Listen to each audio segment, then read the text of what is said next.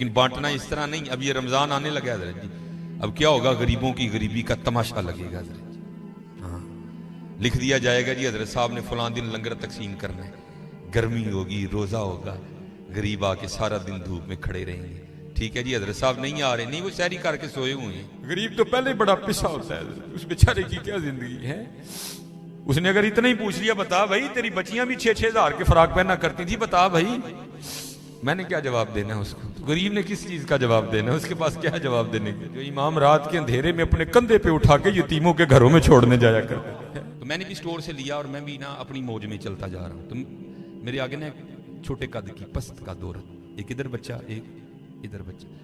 تو اس سے پہلے ان کی آپس میں کیا گفتگو ہوئی مجھے نہیں پتا کوئی, لیکن جب میں ان کے بالکل قریب گیا تو یہ آواز میرے کان میں, جب ان کے قریب آیا نا تو یہ آواز میرے کان میں. بچے نے نا وہ ماں کا بازو کھینچا اور سیب کی ریڑھی کی طرف اشارہ کر کے نا اپنی ماں کو کہتا ہے, امی جی کدی تے سیب لے دیو, میں کدی سیب ہی نہیں کھادا ہے.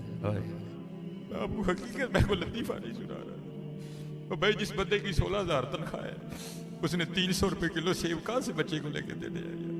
کیسے میرے پیروں کے نیچے سے زمین نکل. ایسے لوگ بھی ہیں جنہوں نے کبھی سیب ہی نہیں کھایا.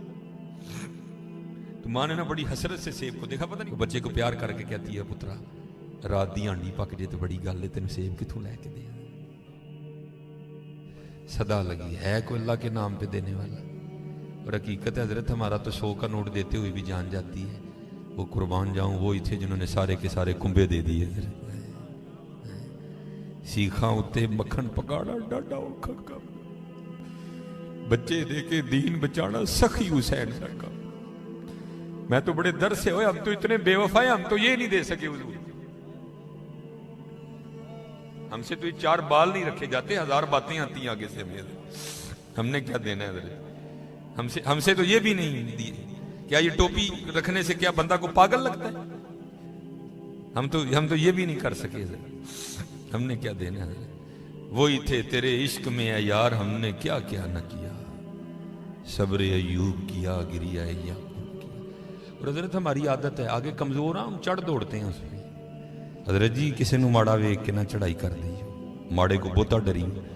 ہم طاقت والے سے ڈرتے ہیں, ماڑے سے نہیں ڈرتے. مولا علی مشکل کشا رضی اللہ تعالیٰ نے فرمایا, طاقت والے سے تو ڈرنا, لیکن کمزور سے اس سے بھی زیادہ ڈرنا. عرض کی گئی حضرت کمزور سے کیوں ڈریں, وہ کیا کر لے گا. آپ نے فرمایا وہ تو کچھ نہیں کرے گا, لیکن اس کا رب سارا کچھ ہی کر دے گا. دھیان رکھنا, یہ میرے معاشرے کا مزاج بن گیا حضرت. یہاں کمزور کو دیکھ کے ہم چڑھ دوڑتے ہیں حضرت, لیکن ایویں نا, بس ایویں ہی ہوتا ہے. ایک دل سے ایک آ اٹھتی ہے اور سیدھی جا کے عرش الہی کو تھام دیتی ہے. ایویں آ اٹھتی ہے. غریب تو پہلے بڑا پسا ہوتا ہے, اس بیچارے کی کیا زندگی ہے. لیکن یہ خدا بھی بڑا بے نیاز ہے. آگے جا کے ان کی عیاشیاں حضرت جی. نبی علیہ السلام نے فرمایا, میری امت کے فقیر میری امت کے امیروں سے 500 سال پہلے جنت میں جائیں گے. بھائی مجھ سے تو اس نے گھڑی کا حساب مانگ لیا, میں تو یہ بھی نہیں دے سکتا حضرت. پہلے کہاں سے حساب دینا. اس نے اگر کوٹ کا حساب مانگ لیا تو میں نے کہاں سے دینا حضرت ہے. اس نے اگر اتنا ہی پوچھ لیا, بتا بھائی تیری بچیاں بھی 6-6 ہزار کے فراق پہنا کرتی تھی, بتا بھائی, میں نے کیا جواب دینا ہے اس کو. غریب نے کس چیز کا جواب دینا ہے, اس کے پاس کیا جواب دینے کے. فرمایا میری امت کے فقیر میری امت سے 500 سال پہلے جنت میں جائیں گے. اللہ لیول کریں گے حضرت جی. ہاں, اس لیے اگر چاہتے ہو نا کہ وہاں آسانیاں ہوں, بانٹا کرو حضرت اس کو.